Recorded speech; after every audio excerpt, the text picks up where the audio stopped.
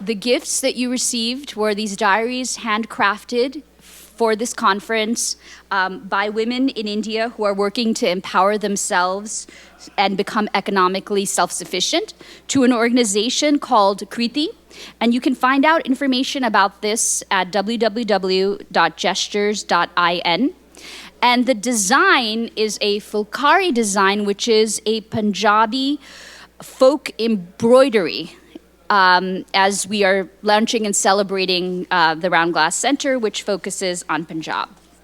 So please, everyone, I do want to start. We are a little bit late, unlike what I wanted to do, but time is money, and literally time is money when you have a panel of lawyers. So I used to be a corporate lawyer for 6 years, and I loved that I could fly to Latin America to do deals, lie flat and sleep, and still bill for the travel. So we have Indian lawyers here who are some of the top lawyers in the country and the world. We have a global head of the global Seattle-based law firm, Judge Ketu, who is a Indian, who's going to be the moderator. He's a King County judge and a pillar of the Indian American legal community. The last panel was about doing business in India and the United States. Now we're going to talk about, well, how do you actually effectuate that through the legal regimes? What are the legal regimes, right? You need lawyers, as one of the panelists, Avik said, make sure you're complying with norms, make sure you're complying with federal norms, and these are the experts that we've brought together to help talk about that. So with that, I'll turn it over to Judge Ketu. Thank you, Sheetal, and thank you to the Seattle University for hosting us. And don't worry, the lawyers here will only bill in 6-minute increments. Thank you for coming to our panel presentation here today. We heard kind of a business perspective earlier this morning. We're going to try to broaden that conversation to a more of a legal perspective. We have kind of a mix of lawyers and folks who are involved in business enterprises. And I think one of the things that we talked about in the morning presentation was about how we can be more inclusive and diversify our collaborations with India and Seattle. And one of the things that this panel and many of us as lawyers that are South Asian have learned in the last 20 to 25 years in Seattle is this legal field has changed dramatically, and the number of South Asian lawyers has increased dramatically. Pallavi here and I started a South Asian Bar Association some 25 years ago, and there was only like 6 or 7 lawyers around. And now there are hundreds of lawyers of South Asian descent that are here in King County. Some friends who are here practicing that have made this field very robust. And so we are going to talk about some of those issues and how India and Seattle can collaborate on the legal front. So our panel here is a stellar panel. As Sheetal mentioned, we have a couple folks from India and that are practicing, and then a couple folks here in the U.S. So our panel next to me is Pallavi Mehta Wahi, and next to her is Pratibha Jain, and next to her is Anurag Varma, and next to him is another Pallavi Shroff.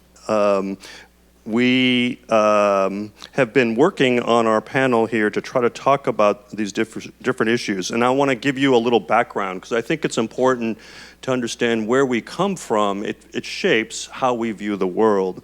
So Pallavi Wahi, to my right here, she's the co-United States and Seattle managing partner of K&L Gates, one of the biggest firms in the country. She is a chair of the firm-wide diversity committee. She represents clients in complex commercial litigation matters and works closely with Fortune 50 corporations. She's been recognized as a best lawyer in America in commercial litigation, and she's listed as one of the A-list international top Indian-focused lawyers, as compiled by the Indian Business Law Journal. She's also been named one of the 100 most influential lawyers by the U.S. editors of the Indian Business Law Journal, and she's also been listed as one of the Power 100 under the Puget Sound Business Journal most influential business leaders. In 2022, she was appointed to the branch board of directors at the Federal Reserve Bank of San Francisco, and she is a chair of the Greater Seattle Chamber of Commerce. So please welcome Pallavi Wahi.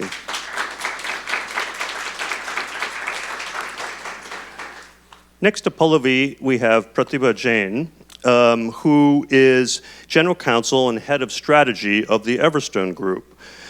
Prior to her work at the Everstone Group, she was a partner with Nishit Desai Associates, where she founded their New Delhi office, and she led their funds and regulatory practice. She's an alumnus of Harvard Law School, Oxford University, and Delhi University. Previous to that, she's worked with Sullivan & Cromwell in New York, Tokyo, and Hong Kong, and Skadden Arp Slate, that's a firm, Meagher and Flom LLP in Hong Kong, and Goldman Sachs in Mumbai. She has represented the Ministry of Finance in setting up National Investment and Infrastructure Fund.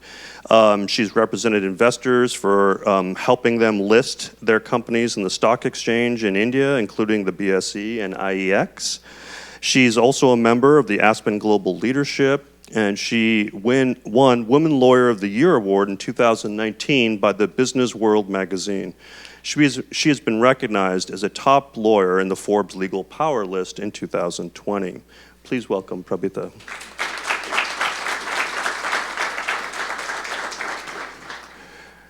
And next to Prabhita, we have, I'll catch up with my notes here. Anurag Varma.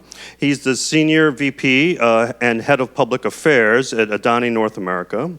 In his role, he creates public policy strategies and stakeholder engagement for the entire Adani companies in the U.S.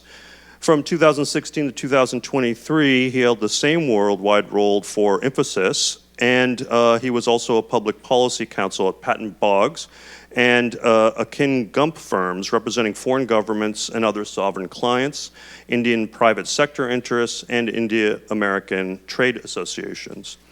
He has also coordinated legal strategies for U.S. multinationals on market entry issues and other policy matters related to India. He has served on President Obama's Presidential Rank Awards Review Board, and he's been a pro bono counsel for the Robert F. Kennedy Human Rights Center. Anurag earned his degrees at Georgetown University Law, his LLM, his JD from University of Denver College of Law, and then his BCom from University of Alberta. And finally, we have, and please welcome Anurag for us.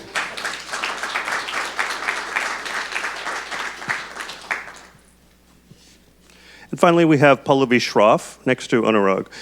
She is a managing partner at the and national practice head and dispute resolution for Shardul Amarchand Mangaldas and Company. She's a chief mentor for the competition law practice. She took over as a managing partner in 2015 and has grown the firm to become more than 100 partners with offices in 7 cities. She has over 39 years of extensive experience that spans across dispute resolution, competition law, and white-collar crime. She has been nominated by the government of India as a member of the Competition Law Review Committee and as a member of the high-level Raghavan Committee, which contemplated the new competition laws that were in 1999 and 2000. She has a wealth of experience in mentoring and advising young lawyers as well as clients. So please welcome Pallavi.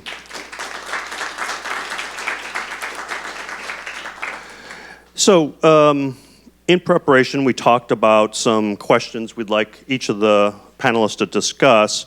And of course, as a judge, I want to keep the lawyers on their toes. And so I didn't send Pallavi Wahi the notes just to test her if she can think on her feet. So, Pallavi, how does a business or law firm work effectively with Indian law firms and foster good relationships to the benefits of their clients? Thank you. Thanks for having us. First of all, just wanted to say thank you to Seetal and Eduardo. This is a fantastic event. Just looking around this room, I grew up in India. I've lived in Seattle for 25 years, and I've never been to a gathering like this. So like Ketu said, when we started the Seattle South Asian Bar Association, there were 6 of us. And none of us were partners. None of us were even successful, I think. But now where we sit, it's a different age and stage, and it's a great time for what Seattle University is doing. So thank you for your leadership on this. I think it's fantastic. So I think in response to your question, what I'm going to say is India, like most places in the world, is about relationships. And working with Indian law firms is also all about relationships. I feel like the critical things in India is to know the people and know the expertise. And I'm going to tell you a couple of stories because he gave me the outline an hour before, so that gave me enough time to write my stories. So when I was growing up, I grew up, and my neighbor was Pallavi Shroff's father, who was the Chief Justice of India, Chief Justice Bhagwati. So I was growing up, I was very ambitious, and I wanted to go to Cambridge Law School. And he knew me, and he wrote my letter of recommendation for Cambridge Law. And today I sit with her on this panel, and I get to work with her a lot. But it really is about this journey of relationships in India. So it's about getting to know people, getting to know them in authentic ways, and getting to know them in honest ways. Because India doesn't have a lot of lawyers per se in corporate firms, right? Just by comparison, K&L Gates is the world's 8th largest firm. We have 2,000 lawyers in 48 offices. And that includes about 200 of us who sit in Seattle, right? So you're looking at these mega firms that exist. And India has, I think Shardul Amarchand is one of the largest firms in India. So, I've known Pratibha as, I used to be her client, and now she's my client. So she gets revenge on me on a regular basis. But Pratibha and I know each other from having worked together when she was a partner at Nishit Desai. And now, of course, she's at Everstone Capital, and you'll hear all about that. But as you work in India, it's about honesty of relationships. So I think for me, when I'm working with clients who are either working with Indian law firms in India or conversely working with Indian law firms as partners for clients in the US, what we see a lot of is a lot of honesty in knowing the expertise. The Indian law firms are excellent. They have excellent lawyers. And it is sometimes frustrating to me when I hear from clients, making sure that the Indian lawyers are good enough, right? And I always say, yeah, I grew up there, so if I'm good enough, right? But knowing the expertise and being aware of the specialties is really important. I think respecting the intellect of where people come from and really respecting what they bring to the table is very important. I also think it's really important for businesses to understand it is a different system, it's a different world. And the success that you get in that world is going to look different than what you get here. And I think thinking about time, process, and systems is very important when you work with Indian law firms. So when you're looking to close a deal in 30 days, for example, and they tell you there's a competition law approval, I would ask Pallavi, how long will that take? Because it's going to be very different in India than it is in the US. I think the other thing that has been very interesting in working through it is also working with Indian clients in the US. I was just working on a acquisition for a public public company unicorn in India, who was acquiring a company in the US.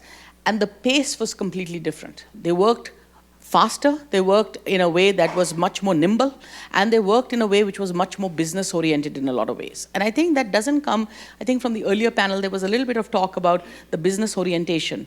India right now is extremely business-oriented. It always has been, but I've never seen this kind of energy, I've never seen this kind of investment, and I've never seen this kind of risk-taking. So what you're seeing is an economy that is ready to really take its place in where it stands in the world.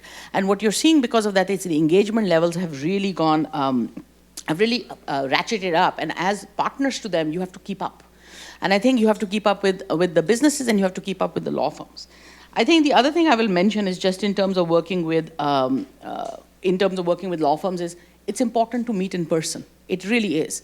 I think India is a world where Zoom has its utility, and but at the same time I try and visit at least once a year. I know my colleagues come here once a year. Many people visit back and forth. And that just breaking bread together is part of the culture. It's part of building the trust. And you really need to learn and meet with clients on both ends. So I think it's important to go and meet not just with people who are your clients today, who may be your clients, just to sit down, understand where the economy is going, understand what is happening in the whole commonplace, and just really understand the world in which we live. I'll mention one other difference when working with Indian law firms. India's litigation system is completely different than ours. There is no discovery. There are no depositions. And people in this room understand how much happiness that gives some of the companies. But that's a huge thing. And also you don't have to produce all documents, right? It's a very different kind of system. But also India has a criminal overlay to it, which makes things tricky. So what I always say when working with Indian law firms, know the expert, seek out the expert, make sure you have people involved that you trust 100%, people who will not charge you time for lying flat on the bed when they're charged coming across the ocean, and people that you know your clients in a way that you can be authentic with them. But you have to put in the time to learn the clients, learn the economy, and put yourself out there in that world. Thank you, Pallavi. Now I'm turned to the other Pallavi. How is it from the Indian perspective of Indian firms working with American firms? And what do you see as some of the challenges or benefits in doing that?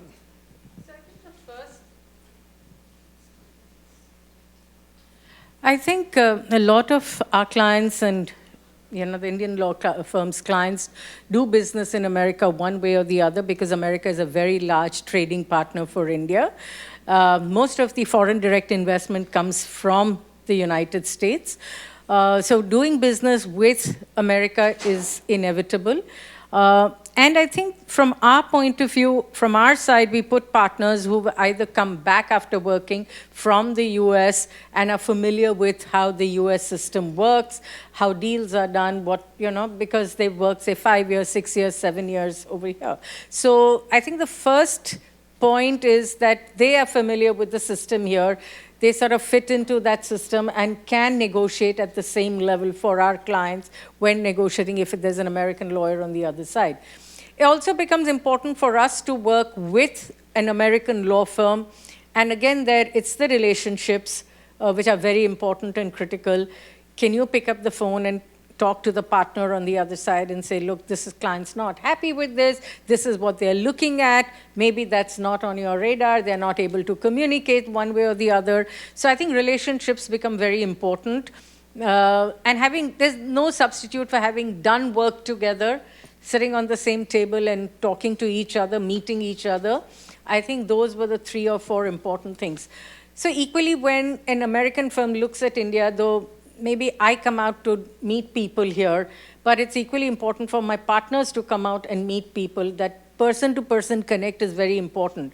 And even if, say, Pallavi were to refer a matter to me, immediately I will bring on the correct partner and get on a call with her, give her the comfort that, this is the partner who's going to work, because ultimately she's going to have to be comfortable with the partner.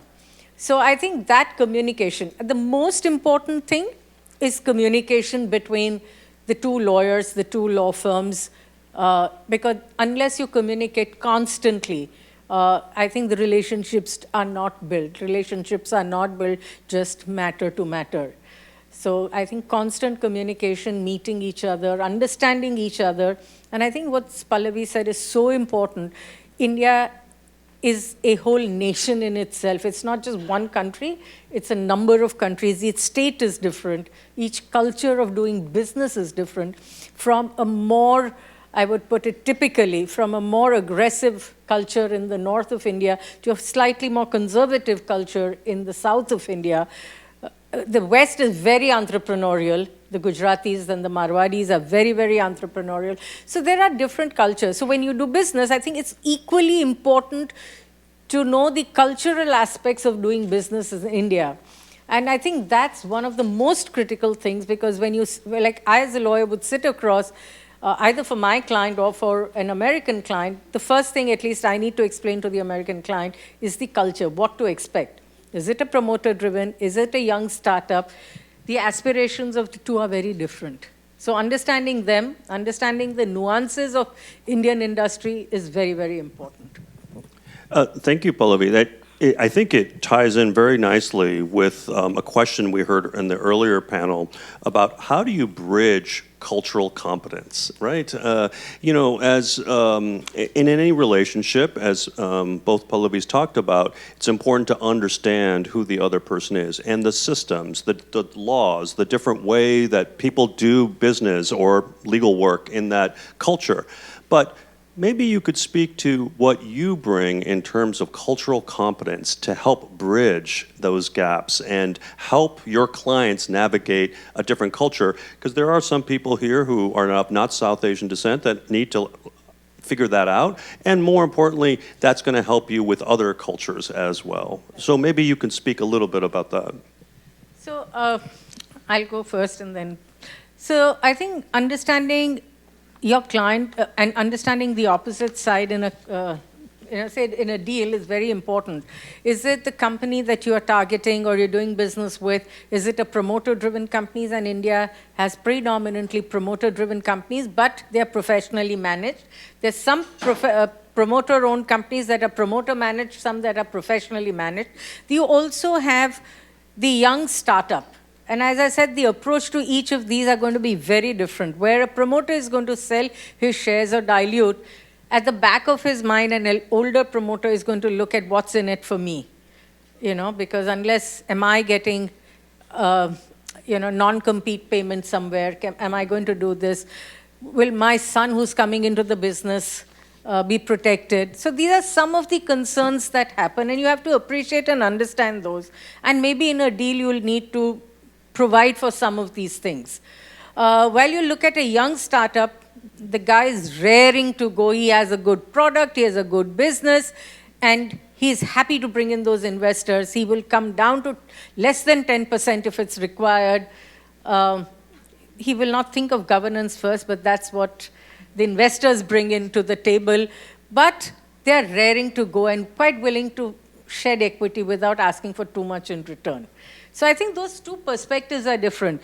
Secondly, when typically when an Indian promoter says yes, it doesn't necessarily mean yes till the deal is done and you've signed on the papers. Because as you go along, I've seen that issues that are settled can get reopened. So, and Pratibha can share to that. When she invests in Indian promoter companies, it keeps getting reopened. So it's never done. They've nodded, they've shook hands on this part of it. We've agreed, move on. 5 days later, they'll reopen, what they've already discussed. So these are some very, very typical. But even for the promoter, a relationship with the investor or a joint venture partner or an acquirer becomes very, very important, because when you're giving so much of equity away, you want to see that your company is in good hands at the end of the day. Pallavi. So, I'll add, I think one of the other things which is interesting also is culturally, you have to be a little bit attuned to the modes. I'll give you a simple example. I'm in the middle of doing a big investigation in India. And we have a client who's going through this big investigation. We were talking about it. Indians communicate through WhatsApp. We don't communicate through WhatsApp. So one of the ways that you do the investigation is realizing WhatsApp is on personal phones, making sure that discovery is taken in when you're doing your internal investigation by US firms and Indian firms together. It's a really simple, small thing. But if you don't do that, you've lost everything. All the evidence is gone, right? And I think that's part of what, when, Ketu asked is, what do you do to make that bridge happen? The bridge doesn't always come from the obvious. It comes from the not obvious, right? I think one of the things that I know used to happen early in my career, people used to say, we'll get you a copy of the docket. And Indian dockets did not used to be open dockets. They used to be more closed dockets, and now they are much more open. And my question used to be, how are you going to get us a copy of the docket? And a lot of times they didn't want to tell you the answer, right? And that's the part that you have to bring value to your client and making sure they understand. My MNC client does not want to get the docket in that way, right? And I think that's one of the things that you have to play that role in being a pretty honest bridge, but also understanding what you don't know, right? So also understanding from being able to talk to your colleagues, being able to talk to your clients about, this investigation was a good example. The other thing I've seen in India is they're very team-based. They have a big team, and they will have 15 people on a call. And they're not because 15 people are not necessary. That is just how they work. They're a very team. And we are very much bullpen based, right? You'll have the partner, you'll have the associate, and you'll have another person, and they'll change. We change them out. That's how we operate. You have to respect that culture, because it's not about adding more bodies. It's about adding the expertise in ways that makes them more efficient for the client. And I think that's part of what we have to kind of keep doing for our clients, is reminding them of the reasons why things happen, not about finding flaws in those reasoning, but finding those bridges into that so that we are valuable to our clients in making sure, the investigation doesn't miss the WhatsApp messages. Thank you. That's an excellent example of these cultural differences that exist. And I think Pallavi here brings a great bridge, because she has feet in both cultures. And that is something that is extremely valuable when you're talking about cross-cultural relationships and business or legal relationships. So, Prabhita, let me turn to you. What legal challenges do Indian businesses face when establishing offices and other business relationships with the U.S.? I know you're a lawyer by training, but also work in a private equity group and do a lot of business deals now. So maybe you could give us that perspective. Thank you.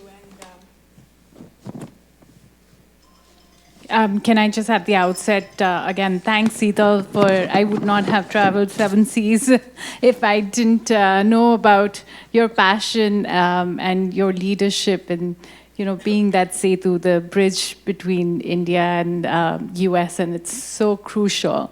We do our businesses and we make those fees while lying down.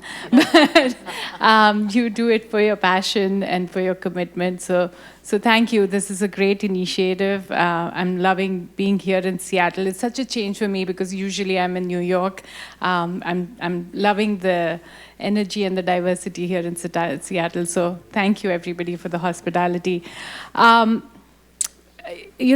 at the outset, again, I'm an Americophile. I studied both in UK and US, and once I came here, I was completely transformed in the way I think about business and how and the pace at which business should be done. I came here when India was still picking up on its liberalization and becoming more commercial.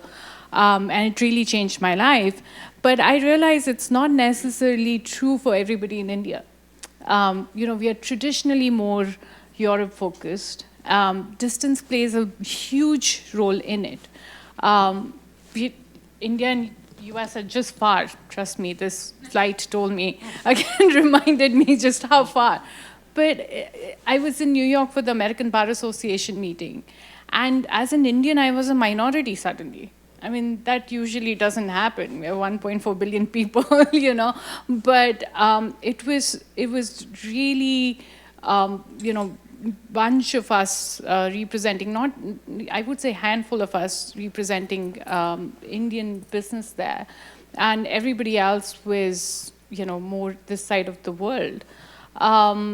And Latin America was a major chunk of it.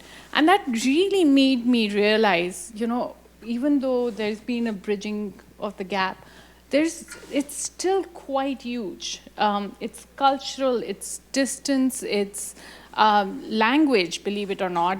We speak English, but we speak English and you speak English, It's, what these lawyers do is translating that for the clients. And people don't necessarily appreciate it. They think, oh, it's an English-speaking country, we can go in and do business.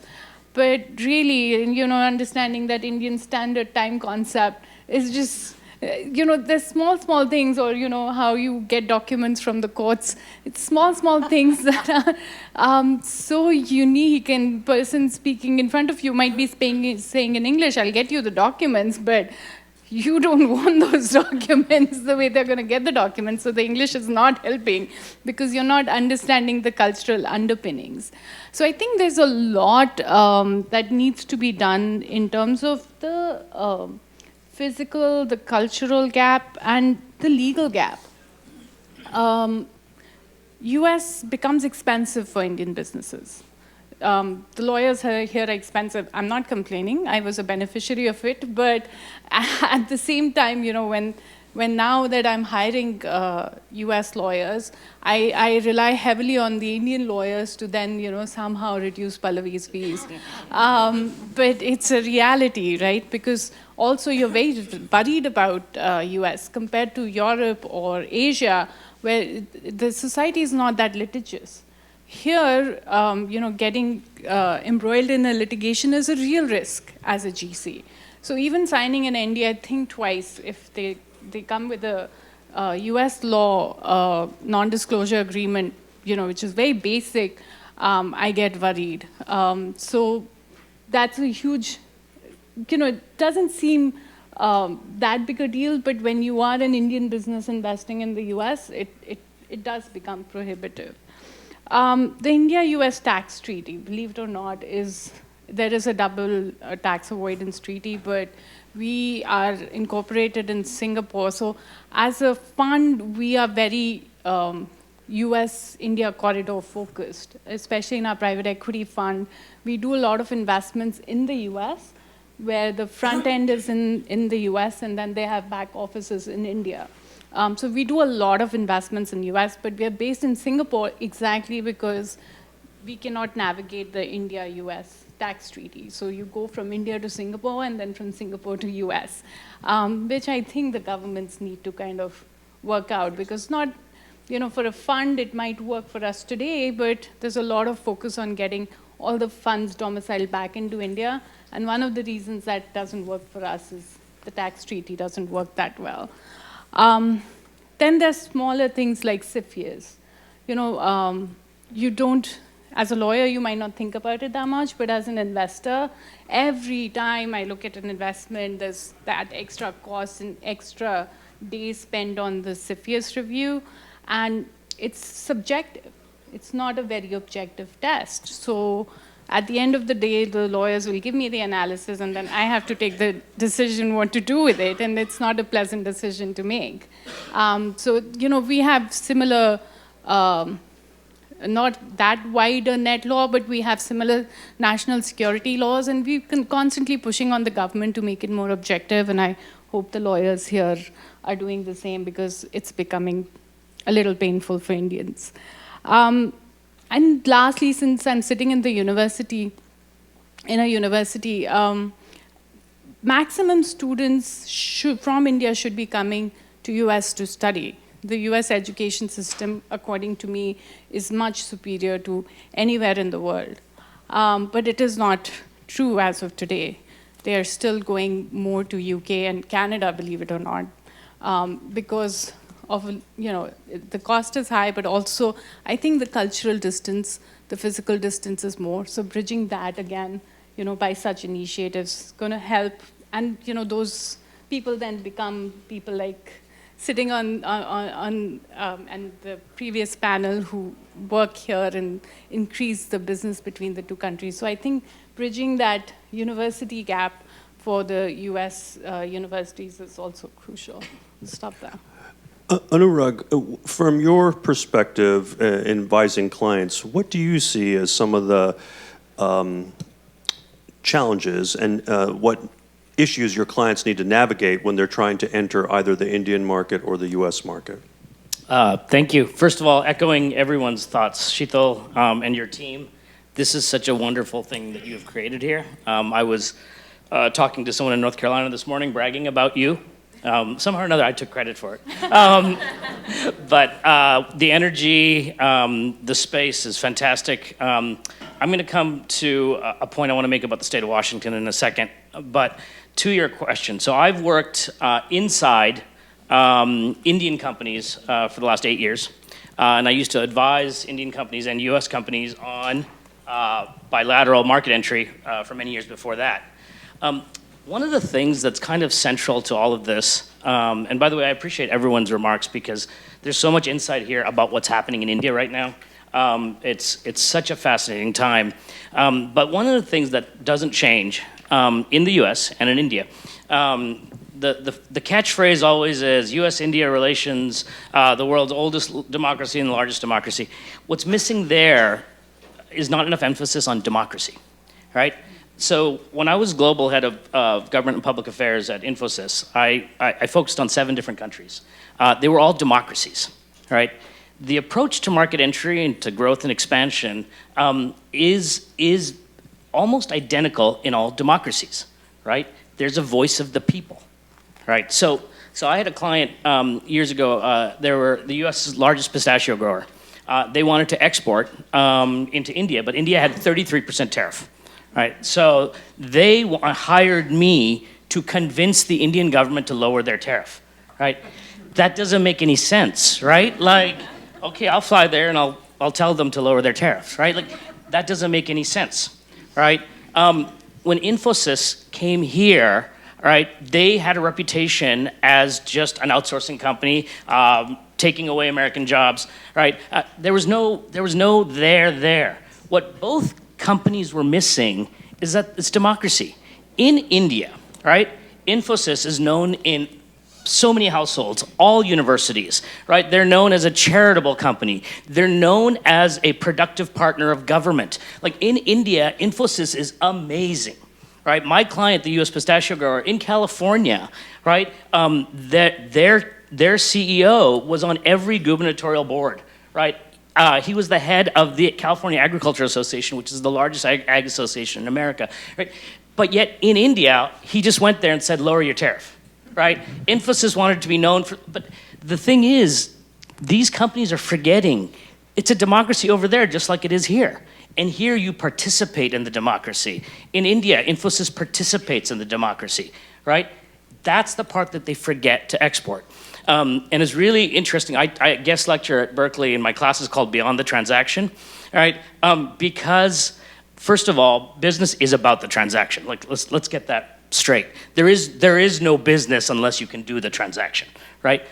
But what the companies in the US and in India, and then I saw it also in the UK and Australia and Canada, right? Which is that companies coming into the market forget, right? Their whole self, right? And that's a piece of it. So this, the Modi Make in India strategy is not new, right? So when I was working on these pistachio tariffs, this was in the prior government. This is 2007, 8, 9, right? What I said is, look, what they want is for you to build a food processing center in rural India because they need more steady jobs in rural India because there are too many subsistence farmers. They said, oh, we can do that. I said, then we'll do it. Right? That's the thing. Walmart made that mistake. Walmart thought they could go in and just take over the market. Well, you have to remember, there's a lot of shop owners. There's a lot of shop owners that you have to, and you know what? The shop owners have a lobby. It's so funny. My in-laws, who are of Indian origin, when they heard I was a lobbyist, they said, "Oh, we know what you do." Right? I was like, "No, that's not what I do." Right? I don't, but there are lobbies, right? So one of the biggest hurdles is companies forgetting themselves and forgetting that where they're going.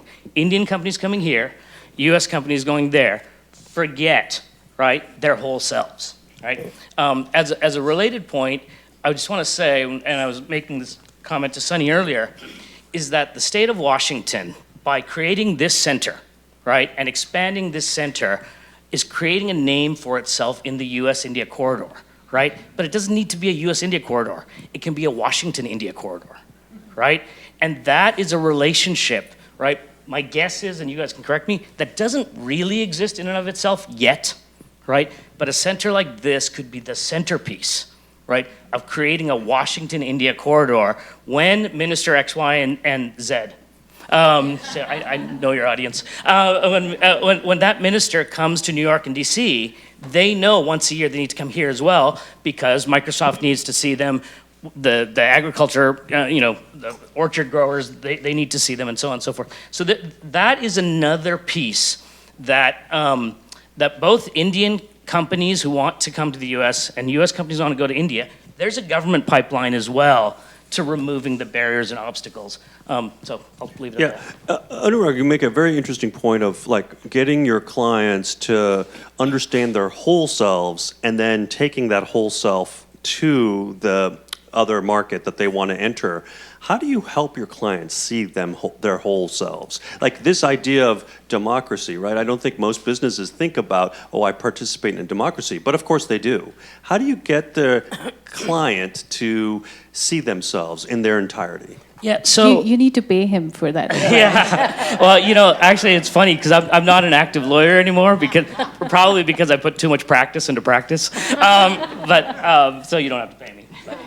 But I will say that clients are. The practice of law was great if it weren't for clients, right? Like because they don't listen, right?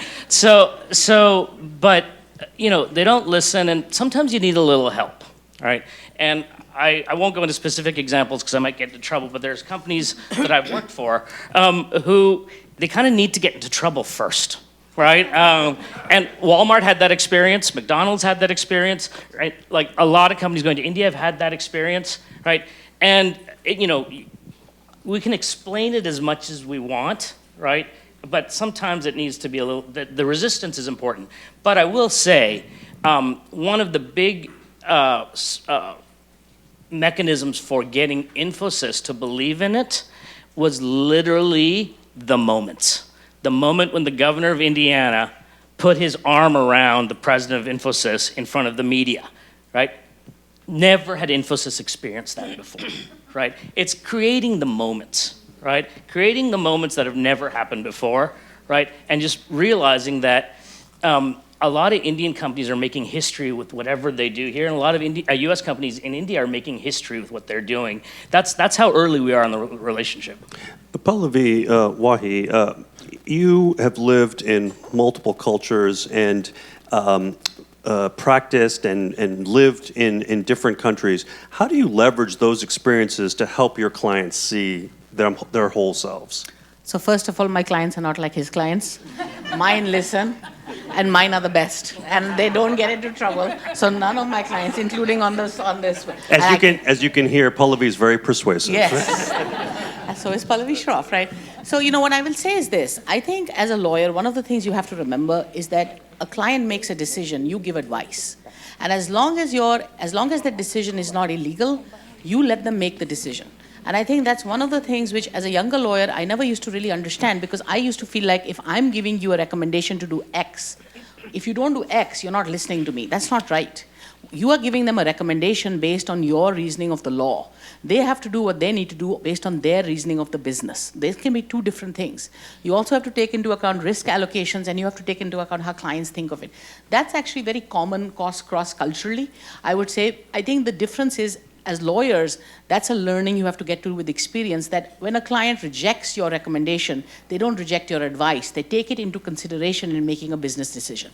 And that's how I've always looked at it, is if I can take the recommendation and ground it in their business objectives, I make a better recommendation.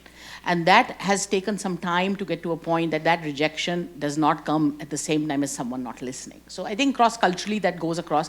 I will say also, there are different hierarchical structures in play in the US as compared to India. I think that plays a role in how advice is sometimes received.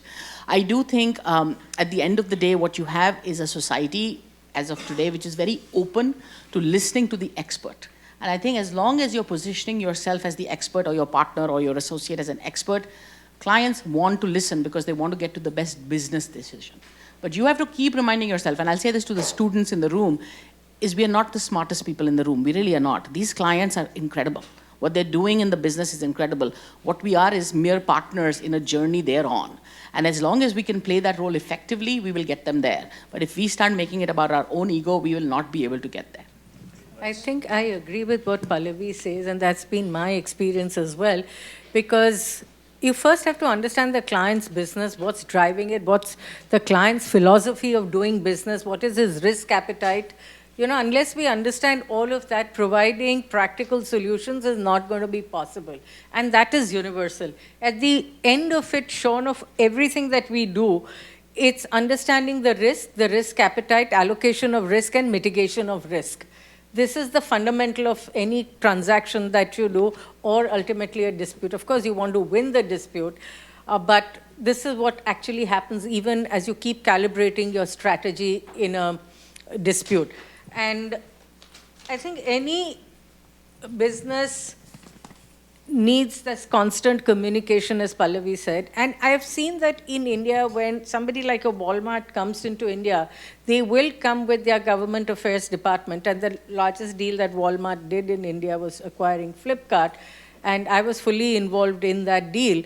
So I can say, and along with the corporate teams that were looking at different aspects of the deal, they were talking to me on how they were going to approach the market, what should they do, was their thinking correct. So this was not pure legal. And I'm not a lobbyist, or anyway, in India, the word lobbyist is actually very wrongly understood here. But, knowing the government, knowing how they think, what they do, is as much a part of the advice that you give to a client in a deal like Walmart acquiring Flipkart. It's an $11 billion deal. You cannot fall flat on such a deal. So I was constantly talking to their government affairs, and they must have been talking to 1 million people otherwise, as to how they should approach the government, what would be the selling point. So being in India, one would know what is bothering the government, what are the issues with the government, and it's simultaneously you're talking to them, and the deal is also getting structured. Input from one goes to the other. And I think this is part of the value addition that lawyers can bring, apart from just doing a deal. So today's expectation, as Pallavi said, is we are partners in their journey of the business, and we need to understand that. So while we do our legal structuring and legal documents, trying to make them as perfect, appreciating the journey, where in the journey they are, and what role. So it's also like a confidant. There we are a consigliere, we become a trusted advisor, and those are the roles that we also play, and that's the change that has been happening, I would say, over the last decade or so. And Pratibha, from a more of a business perspective, when you are hearing legal advice and you're analyzing what to do and how to enter a market or make an investment, what sort of factors are you thinking about, or your clients thinking about, when getting that legal advice? Depends on the jurisdiction, but I mean, central to it is, my job as being a GC is making sure that whatever advice these two are giving, my business guys are listening to. That's like the primary role. Like, they know what they're talking about, listen.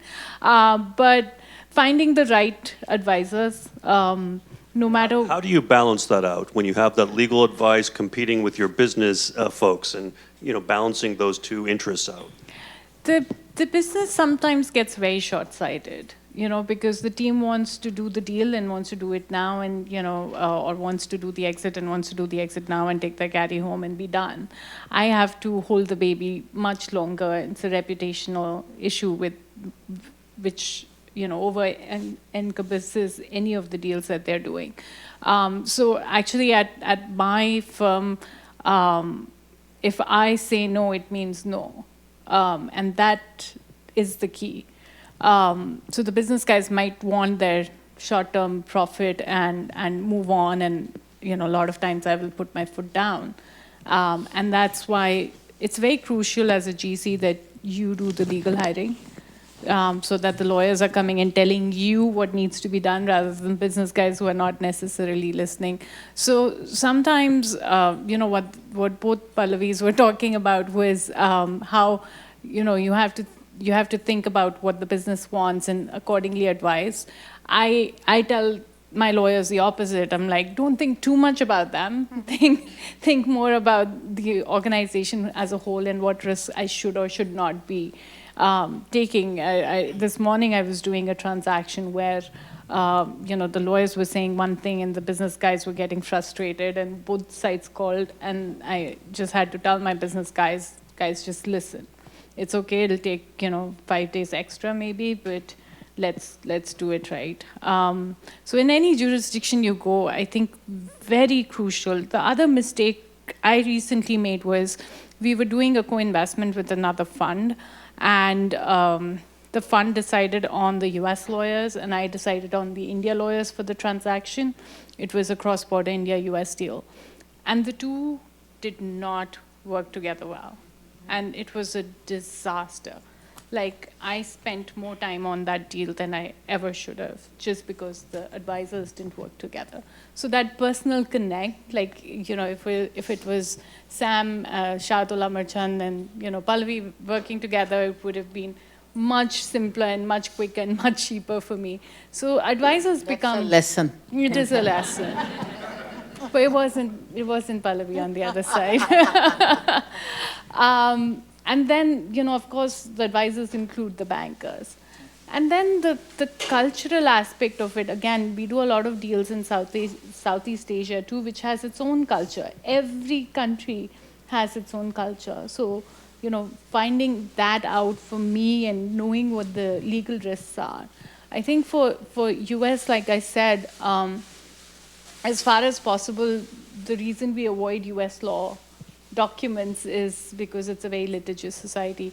But getting that transaction done is so much easier in the US with US lawyers who understand India and Indian businesses. So I don't think there's enough emphasis that business guys understand on how important the advisors are. Thank you. It turns to another topic that we have seen a trend in the legal world is the increased use of arbitration. For those of you that are not lawyers, typically people get in disputes, transactions fall apart. Where do they go? They come to the court. And we listen to both sides and we make a decision, or a jury makes a decision. Increasingly, many companies and businesses have decided, because of the cost of litigation being so high, they turn to arbitration, which is an alternative way to resolve their dispute, and the costs are less, and there are some advantages and disadvantages of arbitration. So, Pallavi Shroff, I'll turn to you. With this increase of litigation and cost of legal services, does arbitration present some good alternatives or some negative alternatives for Indian businesses in India? I think given the backlog in our judicial system, and we have some way to go before we can fully tackle that. Efforts are on, but it's going to take a bit of time. Given that, I think for commercial disputes, having cost-efficient and faster disposal is the key.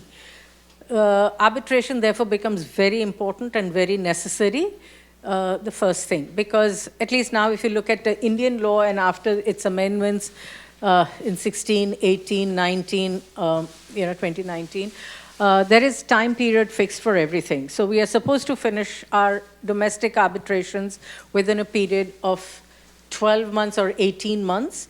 If you don't, you can go to court. Court will dispose of the application. And typically, they do not grant open-ended extensions. So if the judge is writing, the arbitrator is writing an award, then it will be 3 months or something like that. Otherwise, another 6 months. So there is a lot of pressure to complete arbitrations on time.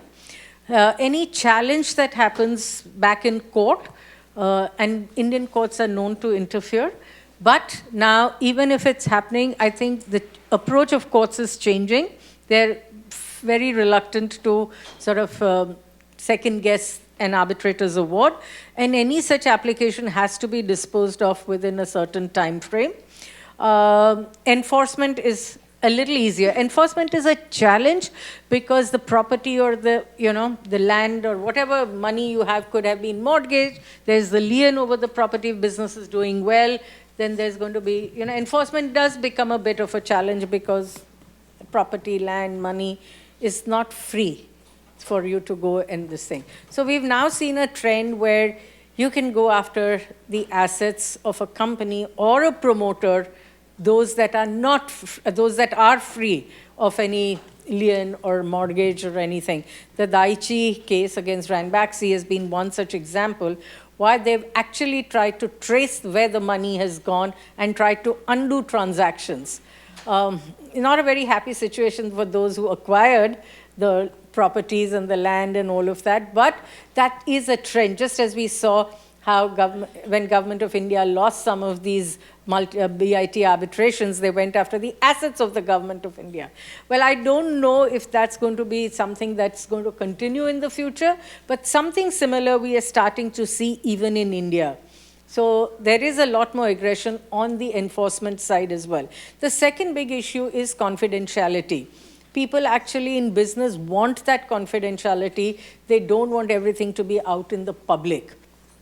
So their competitors keep a very close watch on even the disputes that they are doing. What are the issues? Because quite often, court litigation can be part of a corporate strategy to buy some time against the competitor. I've got 6 months more. I've got another year with an injunction sitting.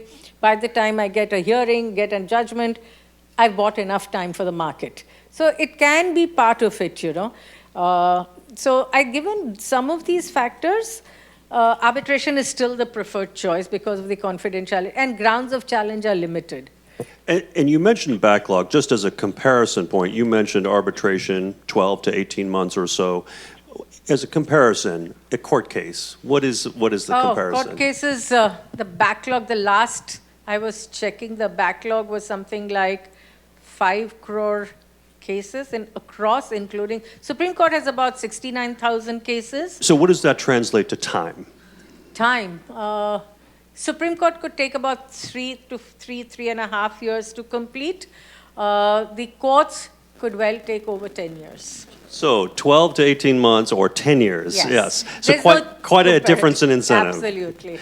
Now, Pallavi, here on the U.S. side, how is it that firms and also your clients view arbitration and the use of that tool? So I think from the U.S. perspective, arbitrations are very helpful. They're effective. I think confidentiality comes into play for folks. I think it also makes it simpler sometimes. Also contains costs, for folks, even when you have a really well-run judicial system with our Superior Court judge, presiding judge in waiting here. But I do think, just thinking about the U.S. clients working with India, the advice that Pallavi gave is very consistent with what we get from a lot of Indian law firm partners.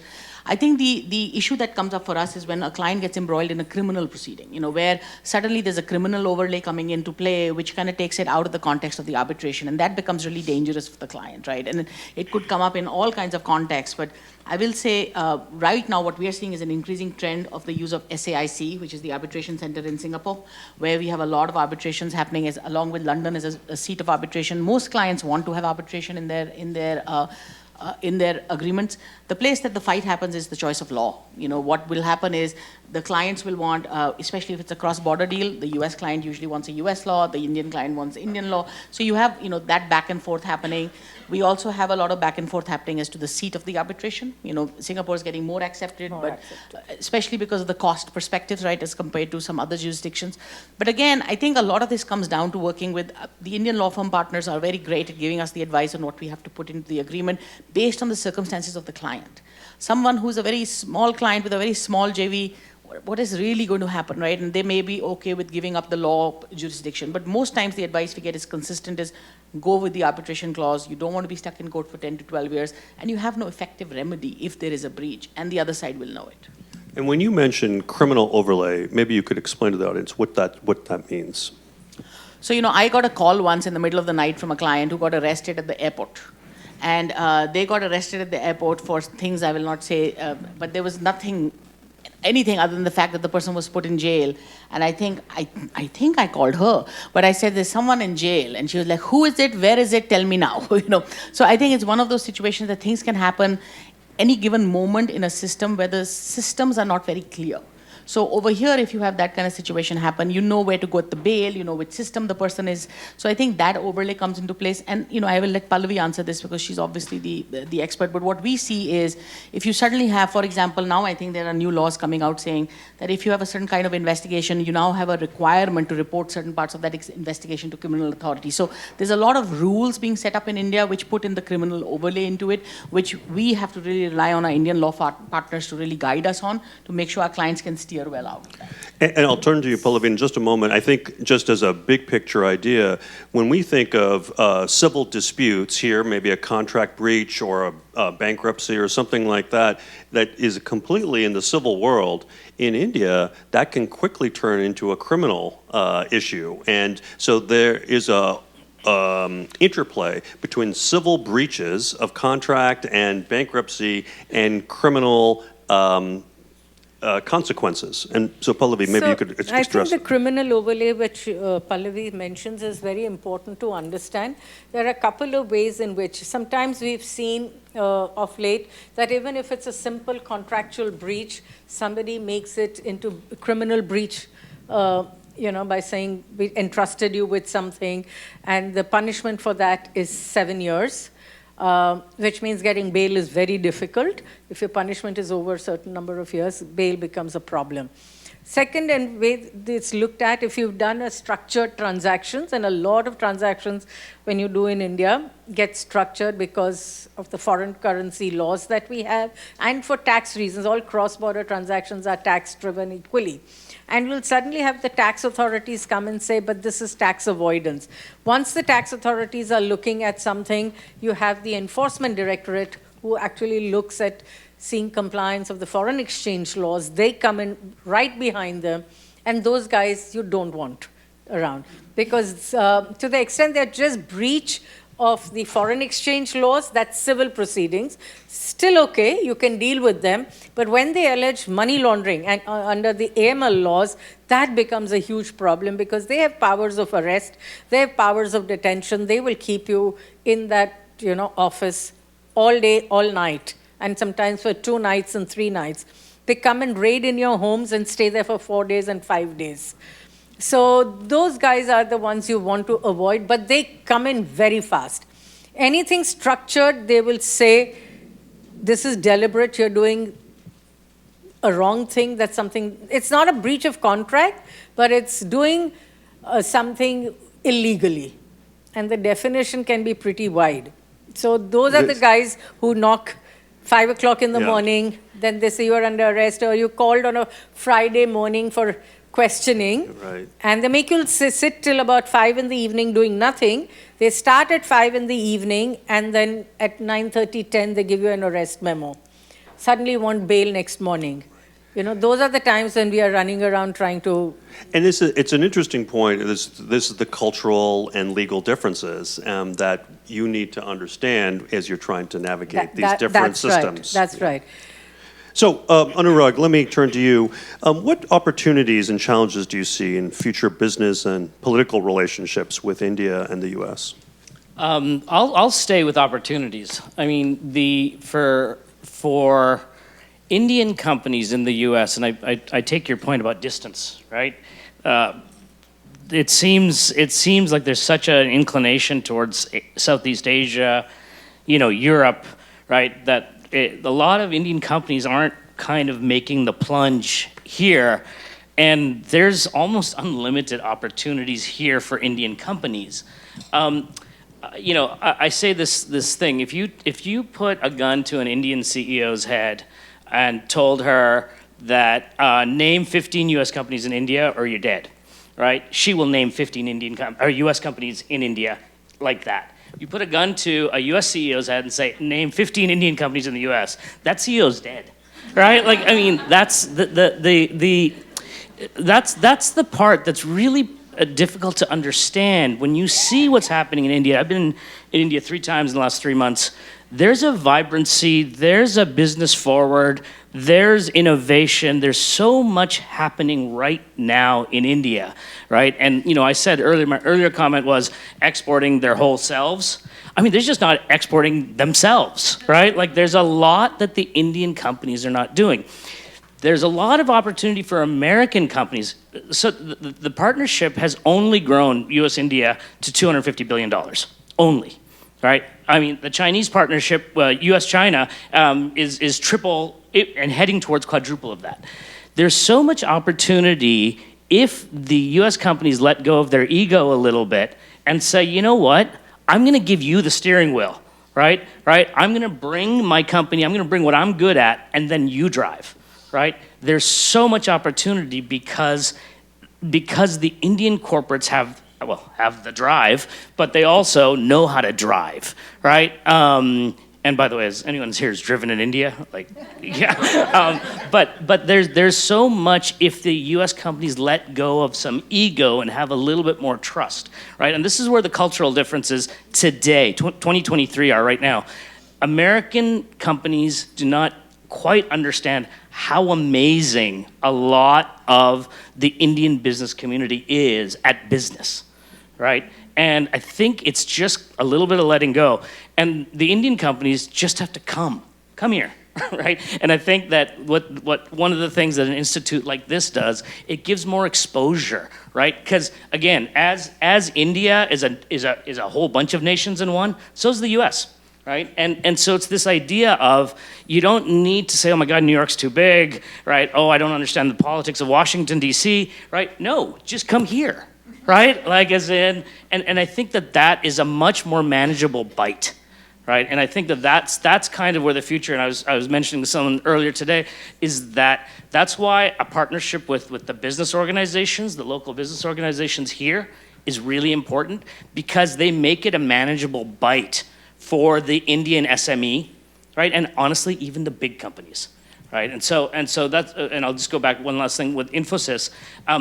When we were figuring out what to do and how to do America properly, right? We found so much comfort in going to Indiana, going to Hartford, going to Raleigh, North Carolina. So much more comfort because, all right, we can do this, right? Taking a smaller bite, and that was manageable.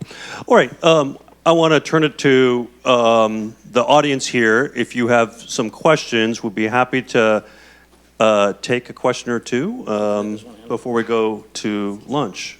Yes, let's start over here. Do we have a microphone? We do. In India, how far can a CA, a chartered accountant, take a company in establishing and making, organizing itself within India? Or is it something you have to grab a lawyer with in the beginning? Actually, the CAs pretty much can. The smaller companies, CAs actually will handhold you through it, much cheaper than Pallavi doing it. But I would always advise to go with a lawyer too. But sometimes it's a cost issue. I think the chartered accountants typically will set up the company for any foreigner who wants, any business who wants to set up, they do the first hand-holding for a long time. And I think we've seen that initially a lot of the chartered accountants were actually doing the legal work and negotiating documents and transactions on behalf of the companies, while the American companies came with their in-house lawyers who were partners in law firms and other things, and Indian companies got a raw deal. Because again, as she said, it's much cheaper, the guy knows the business, he has the trust of the promoter, but that doesn't always help. I think, yes, sir, and then we'll go there. Up to a point, certainly helps. Yes, sir. Right here, in the front here, or near the front.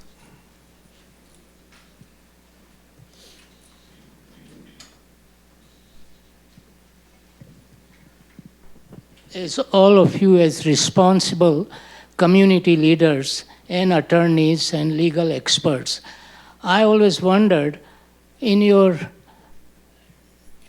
communications with your clients, particularly large clients with investments and money, etc., how do you diplomatically inform your clients that they have also social responsibility and environmental responsibility?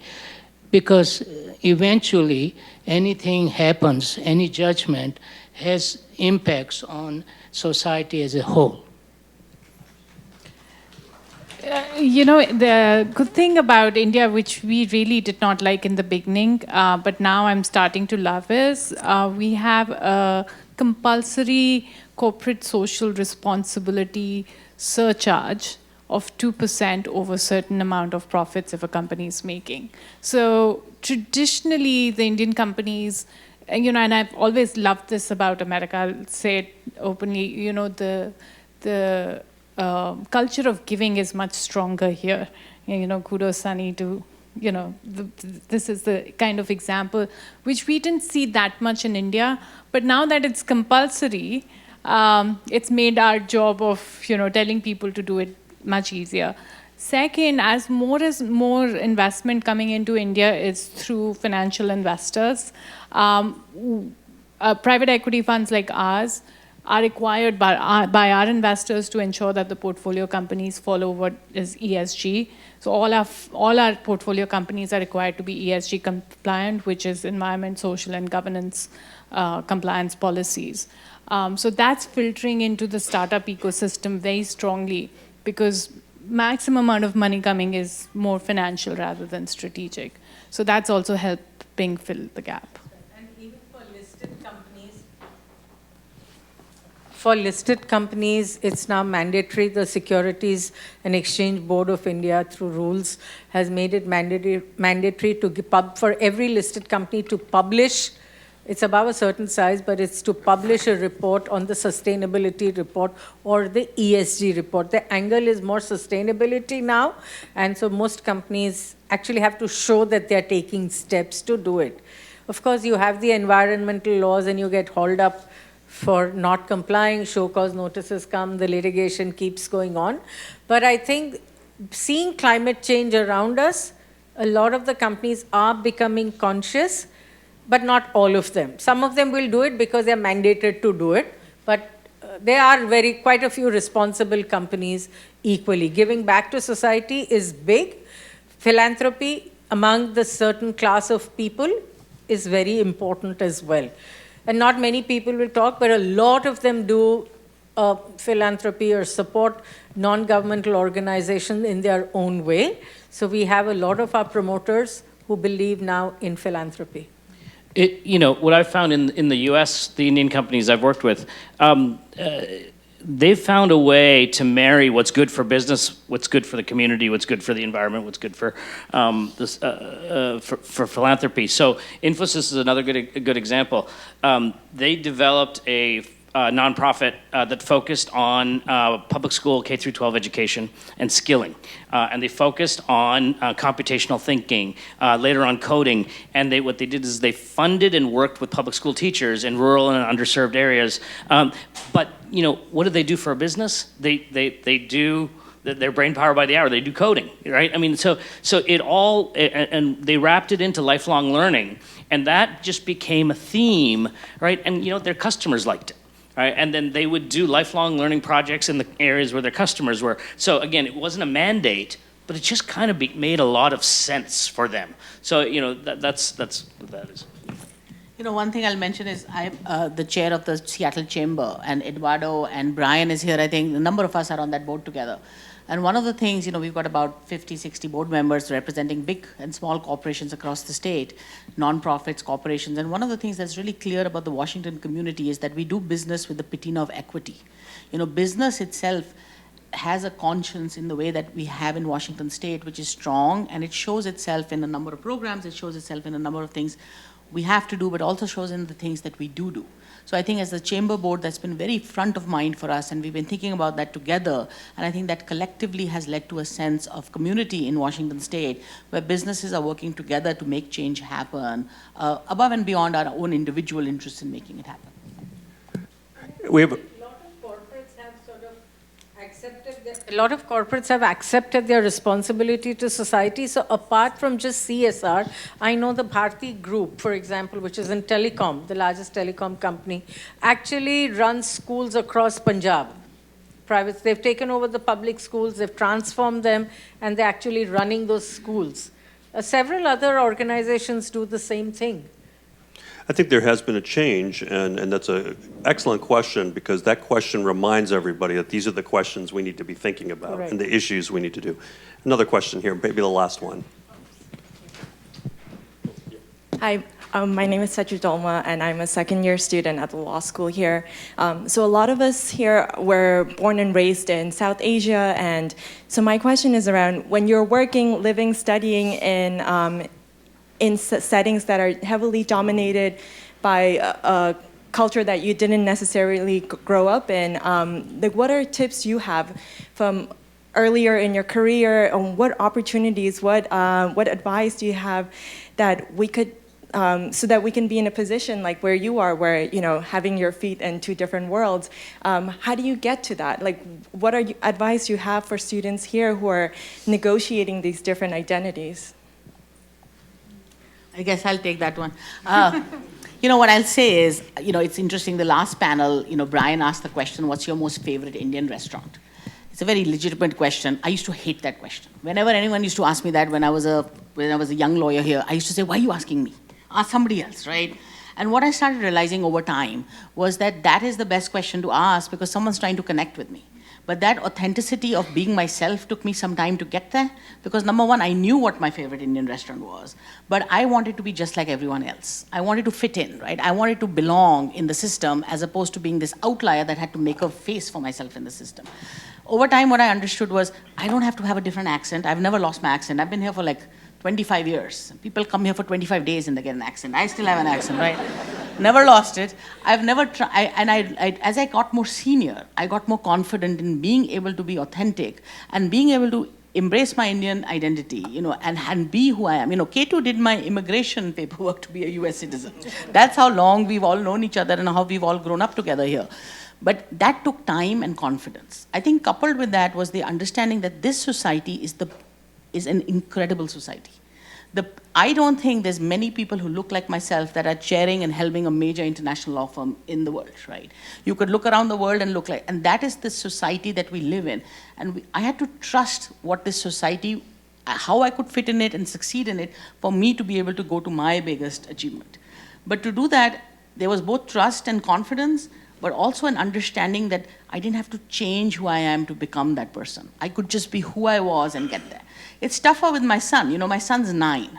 And he says to me, you know, we'll go to the airport, he'll tell people they're from India and they became US citizens. I'm American, but I'm of Indian origin, right? And those are two very accurate statements, right? And it's tougher to bridge the culture gap there and make sure that he both respects and values his, you know, so yesterday, you know, we had thought maybe Kapil Dev comes. He had a cricket ball. He was roaming around with a cricket ball. But we had someone there, you know, we had a little event last night, and you know, there was Ajit George was there, who is the head of, you know, many of you've seen that Netflix film, Daughters of Destiny, which is about the schools that, you know, going to what Pallavi's talking about, the philanthropy happening in India. But really remembering where we come from to become who we are, but never being able to not limit ourselves from who we are going to become by forgetting who we were. It's a really long distance. Before we turn to the last question, I'll just address as well the same issue. We have navigated these spaces. It's taking a lot of negotiations, a lot of setbacks, and then perseverance, getting up off the floor and moving forward. And I think one of the ways you do that is, again, as Pallavi says, know yourself, getting the confidence, but also surrounding yourself with people who support you, who are your champions. You know, I am the first South Asian judge in Washington, and that was 10 years ago. Now there are 3 others, and so there's 4 of us now.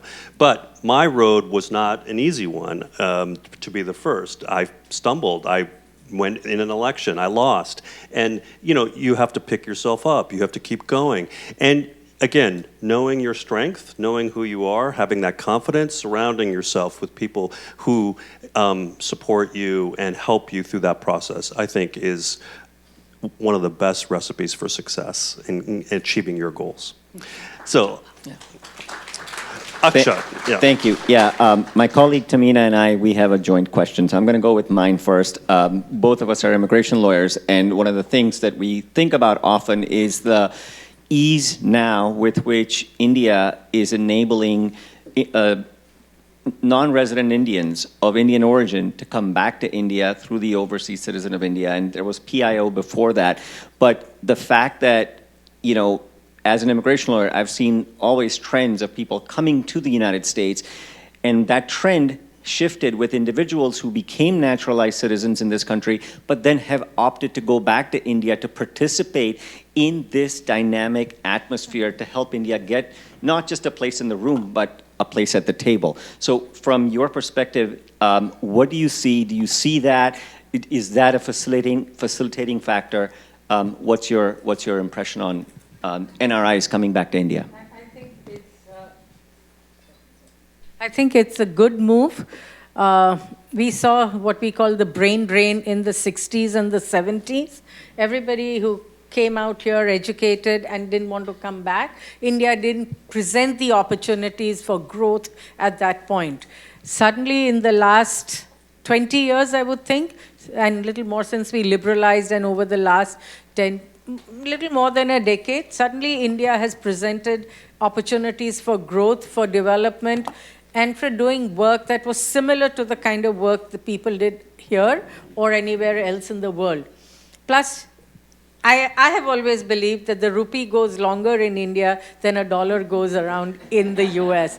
Plus, it's easier to live in India than to live anywhere in the Western world, to be honest.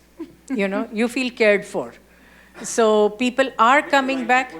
Yeah, you feel, no, it's even if you don't get the other help, I think it's just much easier to live in India. I have traveled a lot around the world, and I think it's just simpler and easier to live in India. Opportunities is the only factor that brings people back. Are they going to be able to make some good money, provide well for themselves and their family? And is there enough of a challenge to keep them challenged all the time? People in academia and medical research still don't come back. There's opportunity to set up hospitals and make a lot of money, but those interested in research still don't come back. The business, the professional services are likely to come back, and they're still coming back. Well, sorry, last question, I promise. Well, first of all, thank you so much to each of you. I mean, I sit here so proud that SU has organized this event, and each of you who are friends and colleagues have given us such an amazing dialogue. My question is actually to Anurag, perhaps. You said, as an immigration lawyer who's helping people come to the US, particularly Indian companies, you said that they are driving, but you need to have the whole body here, and immigration is a problem. So what are you seeing, and how do you deal with that with your clients? So that's right. The movement of people is an issue for the United States. And where this is going to go, you know, first of all, you spent 10 years as an immigration lawyer as well.